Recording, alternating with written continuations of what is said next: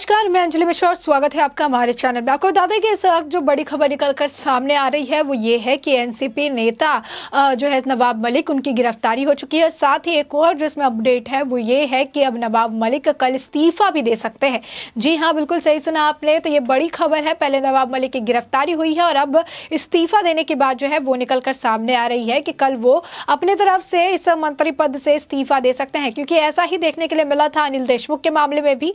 अनिल देशमुख की भी गिरफ्तारी हुई थी। अनिल देशमुख के ऊपर भी कई सारे जो है मामले उस वक्त मनी लॉन्ड्रिंग के निकल कर आए थे। 100 करोड़ की वसूली का मामला था, जिसके बाद में मामला काफी उछाला गया और उसके बाद अनिल देशमुख ने अपने मंत्री पद से इस्तीफा दे दिया था। अब ऐसे में नवाब मलिक को लेकर भी यही खबर सामने आ रही है कि नवाब मलिक अब अपने पद से इस्तीफा दे सकते हैं कल। अब इसे लेकर जो नवाब मलिक की गिरफ्तारी हुई है, इसे लेकर आपको बता दें कि भाजपा के नेता चंद्रकांत पाटिल का बयान सामने आया है। चंद्रकांत पाटिल ने कहा है कि नवाब मलिक की गिरफ्तारी हो चुकी है और उन्हें अब इस्तीफा दे देना चाहिए। उन्होंने कहा कि हम उनका इस्तीफे की मांग करते हैं, हम अपील करते हैं कि वो इस्तीफा दे। अगर वो इस्तीफा नहीं देते हैं तो हम उनके खिलाफ प्रदर्शन करेंगे। और उन्होंने कहा कि ये सरकार आखिर चला कैसे रहे हैं, इनके खिलाफ तो लिस्ट है, बहुत लंबी सी लिस्ट है आरोपों की जो इनके मंत्रियों पर और नेताओं पर लगाए गए हैं। ऐसे में इनका इस तरीके से सरकार चलाना भी एक बड़ा सवाल खड़ा करता है। उन्होंने कहा है कि उन्हें जल्द से जल्द जो है इस्तीफा दे देना चाहिए और इस इस्तीफे की ही वो मांग करते हैं। अब ऐसे में आपको बता दें कि ये बड़ी खबर है जहां पर ये कहा जा रहा है कि वो इस्तीफा दे सकते हैं। नवाब मलिक के इस्तीफे की खबर आ रही है। आखिर ये क्या पूरा मामला है जिसकी वजह से उनकी गिरफ्तारी हुई है और अब वो इस्तीफा देने की बात कह रहे हैं? तो इसके पीछे का पूरा मामला क्या है, इसके बारे में हम आपको थोड़ा विस्तार में बता देते हैं। बता दें कि उत्तर प्रदेश में चल रहे चौथे चरण के चुनाव के बीच महाराष्ट्र में राजनीतिक सरगर्मी जो है काफी ज्यादा बदल गई है। वहां पर काफी ज्यादा राजनीतिक पारा चढ़ा हुआ है। राज्य सरकार के अल्पसंख्यक कल्याण मंत्री और राष्ट्रवादी कांग्रेस पार्टी यानी एनसीपी के प्रवक्ता नवाब मलिक को ईडी ने गिरफ्तार कर लिया है और अब खबर ऐसी आ रही है कि वो जल्द से जल्द इस्तीफा देने वाले हैं। सूत्रों के मुताबिक उन्हें अंडरवर्ल्ड से रिश्ते के आरोप में पूछताछ के बाद गिरफ्तार किया गया, क्योंकि ऐसा कहा जा रहा था कि पूछताछ में नवाब मलिक ईडी का सहयोग नहीं कर रहे थे और सहयोग न करने की वजह से ही बाद में इनकी गिरफ्तारी की गई। उनका नाम अंडरवर्ल्ड दाऊद इब्राहिम के भाई इकबाल कासकर ने लिया था और ईडी की टीम 7:45 पर उनसे पूछताछ करी थी। कई घंटों जो है लंबी पूछताछ चली।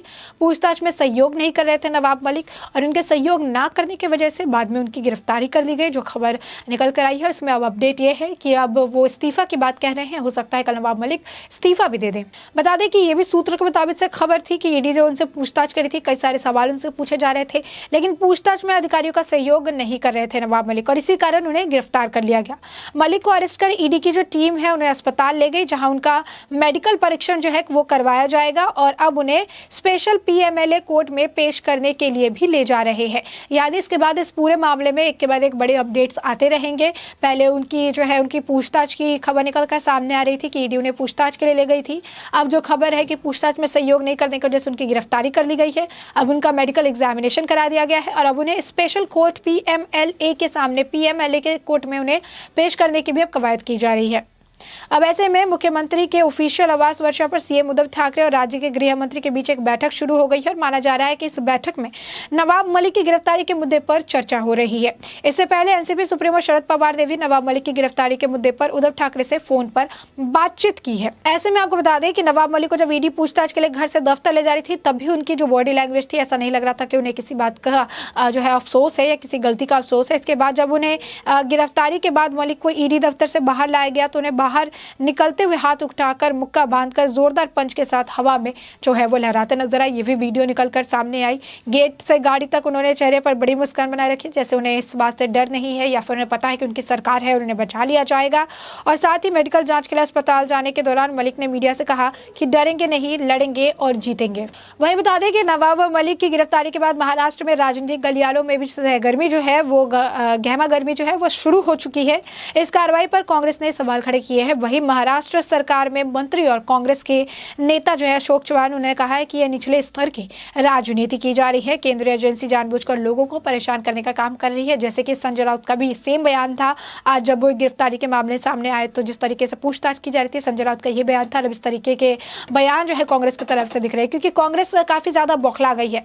जिस तरीके से ईडी एक्शन ले रही है, उसके बाद बैक टू बैक एक्शन के बाद कांग्रेस का बौखलाहट जो है वो अब नजर आ रहा है। पार्टी के प्रदेश चंद्रकांत पाटिल ने कहा कि मलिक महाराष्ट्र कैबिनेट से इस्तीफा दे दें। उन्होंने की गिरफ्तारी पर सवाल खड़ा कि जैसी करनी वैसी भरनी। वहीं आपको बता दें कि नवाब मलिक को जब ईडी पूछताछ के लिए ले गई थी उस वक्त भी भारी पुलिस बल की तैनाती की गई थी कि उन्हें पता था कि इनकी सरकार है और कुछ जो परेशानियां हैं वो कायम की जा सकती है, जो कि अब देखने के लिए मिल रहा है। ईडी ऑफिस के बाहर मौजूदा एनसीपी के कार्यकर्ताओं ने जो है भड़क गए हैं और लगातार जो है नारेबाजी कर रहे हैं। हालात को खराब होते देखते वहां पर भारी पुलिस बल की तैनाती भी की गई है। वहीं जानकारी के मुताबिक ईडी की जो टीम है वो सुबह 5 बजे मलिक के आवास पर पहुंची थी। मलिक के जो कुल्ला के नूर मंजिल स्थित घर है वहां पर वो पहुंची थी और इस बीच उनकी टीम जो है 7 बजे उनके घर से निकली थी और 7:45 पर उन्हें मुंबई के ईडी दफ्तर में ले जाया गया था। वहां उनसे पूछताछ जो है जारी की गई और इसके बाद ये पूछताछ काफी लंबे वक्त तक चली है, लेकिन पूछताछ में नवाब मलिक बिल्कुल भी सहयोग करते नजर नहीं आ रहे थे, जिसके बाद ईडी ने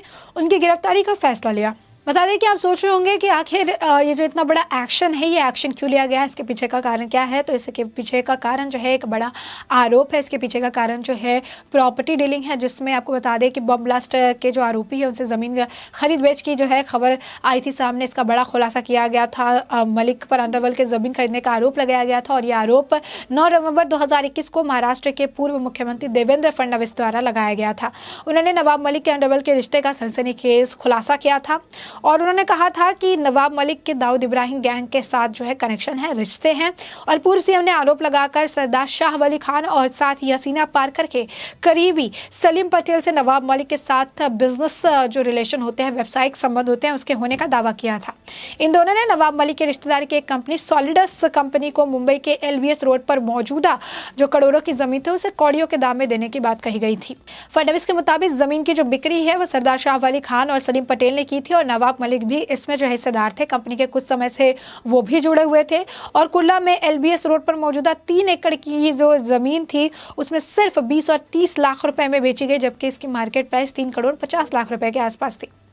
अब ऐसे में पूर्व सीएम ने इसे लेकर जो है सबूत की बात कही थी। उन्होंने दावा किया था कि उनके पास कई सारे सबूत मौजूद है और वो उन सबूतों को जो है सेंट्रल एजेंसीज के हाथ देने वाली है, सेंट्रल एजेंसीज को सौंपने वाली है, जैसा कि उन्होंने कहा। और उस वक्त भी जो पूर्व मुख्यमंत्री देवेंद्र फडणवीस ने उन्होंने लोगों को आश्वस्त किया था और कहा था कि इस पूरे मामले पर जल्द कार्रवाई की जाएगी और वही कार्रवाई अब देखने के लिए मिल रही है।